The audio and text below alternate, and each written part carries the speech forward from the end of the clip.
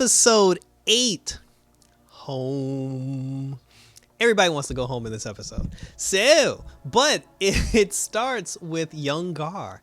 Because in the last episode, Gar, he rolled up on homegirl, that knows Jason. She ran up to his apartment. He went up to her apartment.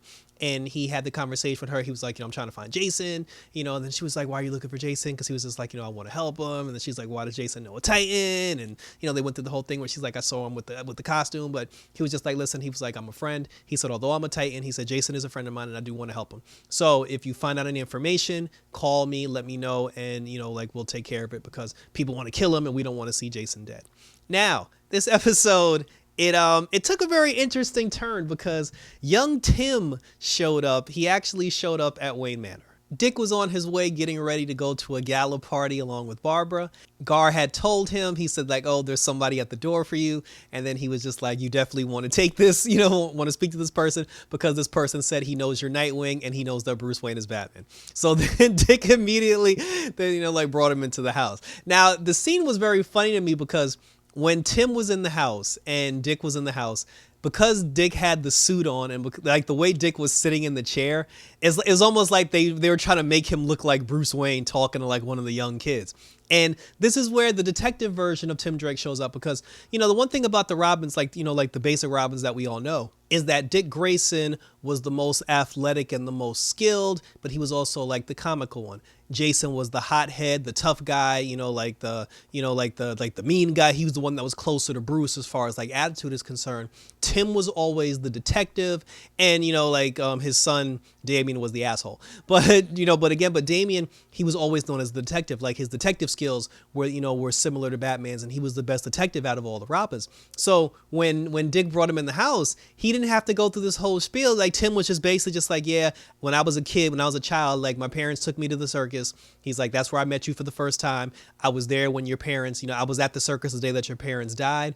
And he said that there was a move. He said that right after that, Batman and Robin showed up. And he said, like, I watched the Flying Graysons a million times. And there's like this one handstand move that, that Robin does all the time. And he said that the only two people that can ever pull that move off, he said it's an acrobatic Flying Grayson move. And he said the only two people who can pull that move off is Dick Grayson and Dick Grayson's father. And his father was dead, so it has to be you. And then he said later on, I saw Nightwing, and then Nightwing ended up doing the exact same move. So obviously you graduated from being Robin and you turned into Nightwing. And then he was just like, which makes Bruce Wayne Batman. But then he said, I'm having a hard difficulty finding out who like the last Robin was, the one that died. And then Dick tried to play it off. He was just like, I don't know what you're talking about. He basically was just like, Robin stole my moves.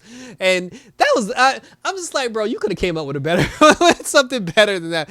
He was like, Robin stole my moves. He's just like, yo, whatever, dude. But he was like, your secret's safe. I'm not going to tell anybody. But then he got kind of offended because Barbara had turned the bat signal into a Titan signal. She took down the bat logo and she replaced it with a T. So then when Tim saw the bat signal in the sky, he was just like, yo, y'all putting on a light show. And he said, meanwhile, like my daddy got shot. So he's like, what y'all gonna do about my daddy? And then, Dick was just like, he's like, I apologize for what happened to your dad. But he was like, I'm not Nightwing, I'm not Robin. And he was like, Bruce Wayne is just a rich philanthropist. And he was like, there's really nothing we can do. But if you need help or assistance with anything, like call me and let me know. So he ended up putting Tim on the bike. He went to go take Tim home. When he dropped him off, he was just like, look, he was like, I understand the whole thing about keeping the secret identity. So he's like, I'm not going to tell anybody your secret. But at the same time, he's like, I'm not stupid. He was like, I know who you are. He's like, I can be an asset to you. Like, I can help you. Like, I can bring something to the team.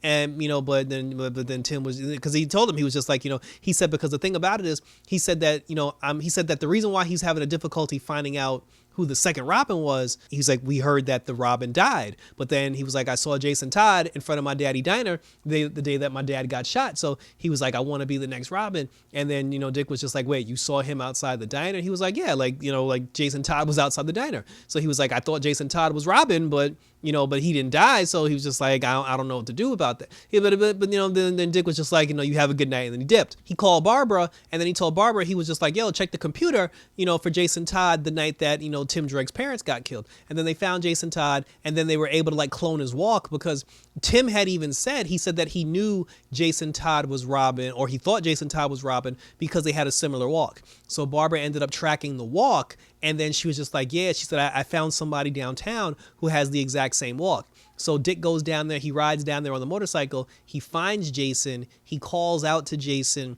And when he tries to literally roll up on Jason in the motorcycle, a car had hit him. And then, like Dick had fell on the street. Jason walked up to Dick and looked him dead in the face, but he didn't kill him. Instead, he called 911, and then he got Dick off to the hospital, and then Jason disappeared. Jason ended up going to the whorehouse or like the brothel or somewhere, and he was talking to these two hookers, both male and female, and then he asked them to role play and pretend to be Dawn and Hank so he can apologize to them for killing Hank. The guy got freaked out by it, and he left. The girl stuck around. She spoke to Jason, and she told him, she was just like, listen, she's like, I've done a lot of fucked up shit in my life too, but she said that if your family's really your family, the best way to work through your grief is to go home again. So she's like, you should try going home. So then, Barbara shows up at the doctor. She ends up talking to Dick. Her and Dick have a conversation, and then Dick ends up going back home. And then as soon as Dick ends up going back home, the girl who Jason was friends with, who Gar had spoke to in the beginning of the episode, she had called Gar and told Gar that she spoke with Jason. So when Dick got back, Gar was just like, yo, I got a message. Jason wants to meet you. He wants to meet you at this specific place. Dick goes down to the place. He ends up having a conversation, with Jason, although Jason was behind like some plate glass window. And then this was what was weird to me, because when the two of them had the conversation, like the conversation was Jason basically saying, I'm not down with Crane anymore. I'm over being Crane's lackey. I want to come home. I want to be a Titan again. And then Dick was just like, it's not that simple because you killed Hank. And then he was like, it wasn't me, it was the drugs. And then he was like, well, if you give up Scarecrow, then we'll let you come home. And then he goes, all right, meet me down by the docks at this specific address at this time. And I'm just like, why would you have to go all the way down to the docks in order for the two of you to have this conversation about you coming home? He was like, why? My whole thing was, you two are already right there. So if you want to come home and if you're going to give up Crane, just do it right now in the moment. There was no reason for him to, they had already had a phone call which set up a meeting. There was no reason for them at a meeting to set up another meeting. So that right then and there was suspect. So, so then Dick goes back home to the mansion to tell everybody else what happened. And they're just like, yo, you must be out your mother loving mind. Cause they was just like, yo, we're not letting him come back. They was like, we're not letting him be a Titan again because he killed Hank. They was like, for all the wrong that he does, he said, we're just not going to let him come back home like nothing ever happened. And then Gar brought up an interesting point, because he said that, we got to give second chances, because first of all, he was like, when I was brainwashed by Cadmus, y'all took me back with open arms, and y'all didn't bat an eye. When Superboy was brainwashed by Cadmus and he was beating up civilians and beating up tigers, y'all took Superboy in without question. So he was like, why can't we do the same thing for Jason? And I understand his point, but the difference is Superboy and Gar didn't kill a fellow Titan. So it's different when you kill, when you quote unquote kill one of your own. So that's why they're all just like, Jason has to pay for it. And, Dick even said, he was like, Dick was like, he will atone, for his crimes. He will pay for his crimes. But first we got to get Crane and we got to bring him in. Starfire had a problem with that. She let Dick know that she had a problem with that, but they all ended up following the leader, and they went down to the docks to go meet up with Jason. Earlier in the episode, Kory, she's still having her visions because apparently Blackfire and Superboy are having sexual relations, and Starfire was like sleepwalking and she walked in on him.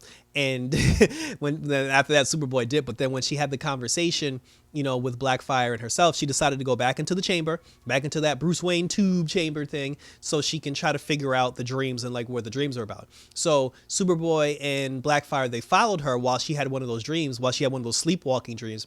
They followed her, and then they ended up going to like some random place, and there was a building there, and they said that you were just circling this building a couple of times and you didn't actually go in. But then she started having like more flashbacks because she's been having like dreams and visions and everything. She had a vision of a baby in a carriage, which we're going to assume was her as a baby, and a woman on top screaming like, no, my baby. So I don't know if that was her mama, or like, I don't know what the situation is, but that was very weird. And she's not the only one who's having visions throughout the course of the episode, because Dick's having visions as well. That when he was in the hospital after he got hit by the car, Barbara had told him she's not going to let him leave until he can read the eye chart. And while he was looking at the eye chart, it turned into the Batman logo. So he starts wigging out.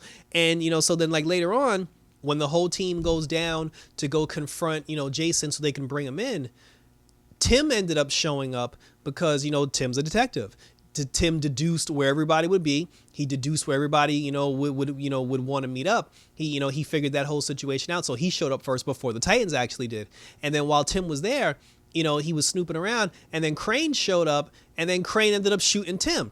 After Crane shot Tim, Jason ran over to Tim, and he was just like, "Who the hell are you? What are you doing here?" And then he was just like, "Oh, he was like, I just wanted to be the next Robin." And then after that, when Jason saw that the Titans were coming, Jason dipped, because obviously now that Tim's shot, he feels like the Titans are gonna blame that on him. So he ain't want no part of that. So he was like, "Yo, let me get about this bitch before they blame this whole thing on me." And here's where I'm kind of like on the fence about whether or not Jason's actions were pure or if this was another setup. Because once the Titans showed up and Dick was looking down at Tim, Dick ended up seeing Tim turn into himself. So he's still having weird dreams as well. And then he kind of like freaked out, and then Gar took over. And then after that, like Dick, Starfire, and Beast Boy, they went inside to go get Jason. And then there was a moment where Crane was there, because earlier Crane had spoke to his mama, and then he killed his mama. And then his mom told him that he's afraid to take chances, hence the fear. And then he was like, "I'll show you, Mom." And then when Starfire saw Crane, she fired a fire blast at Crane, and then Crane moved out of the way. She blasted a drain pipe, and then it blew up the drain pipe because Crane had put his fear toxin in the pipe. And because Starfire had heated it and she blasted it with fire, she basically evaporated it. It got into the water system, and now the entire Gotham's water system is infused with Crane's fear toxin, and everybody's now experiencing their worst fears.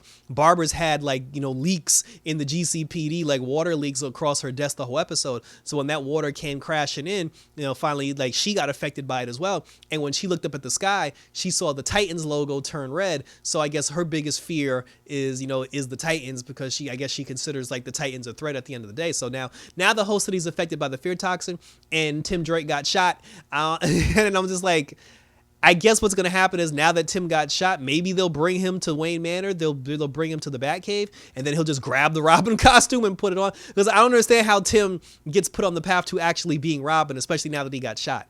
But even with the whole thing, I'm like, is Crane and Jason still working together? Because earlier in the episode, Jason actually whooped Crane's ass. Like, he beat him up, and he was like, "Yo, I'm done working for you." So did Crane manipulate Jason into bringing the Titans down there so Starfire could blow up that pipe? Or is Jason actually still working for Crane, and this whole thing was a setup with him wanting to come home, like it was a setup from the beginning? So now I'm confused. Like, I don't know what's real and what's fake. But I'm definitely interested in it, because I want to see where it goes. Like, I want to see, does Jason really want redemption? Or is he just like, or is this all a part of Crane's plan? Because apparently Professor Crane, Jonathan Crane, Scarecrow, is the smartest person of all time. And I really would like him to put the Scarecrow costume on at some point before the season's over. Like, I don't have a problem with Jonathan Crane, the person, but he was never this smart. And I mean, if you're going to give us Jonathan Crane, if you're going to give us the Scarecrow, like I said, just put the damn costume on. So that was it. And thank you for tuning in. So like I said, this is interesting. This is very interesting. Like I said, Tim's been shot. Kory and Dick are both seeing dreams. Blackfire is sleeping, with Superboy right now. The two of them are coming very close, which is sad, because we all know that there will be a moment, because they're doing this whole thing where they've redeemed Blackfire. Blackfire is actually turning into one of the good guys, and she's becoming one of the good sisters. She's sleeping with Superboy. She's getting along with Kory. And it's sad, because at some point she's going to betray everybody, and all that hard work is going to go down the drain, because we all know the betrayal is coming. Like this is Blackfire we're talking about. The betrayal is coming, and it'll probably come in the season finale, and then that'll be the focus of season 4, which we thought would be the focus of season 3. Like I said, but let me know what you think. Let me know what you think about where Tim's going. Does Jason actually want redemption, or is he still working for Scarecrow? And how soon before Blackfire turns on the entire team? And where do we go from here? Check me out on social media. Check me out on Twitter. Check me out on Instagram. Hit me up on YouTube. Hit the notification bell. Subscribe to the channel if you haven't already. And like I said, hit the notifications so you know when new videos pop up. Because like I got Supergirl, we got Marvel's What If, and we got Stargirl as well, and Marvel Titans. So thanks for tuning in, guys. So till next week, until we find out the fallout of everything that happened, sign it off. Take care. Bring it home. And I'm out this bitch.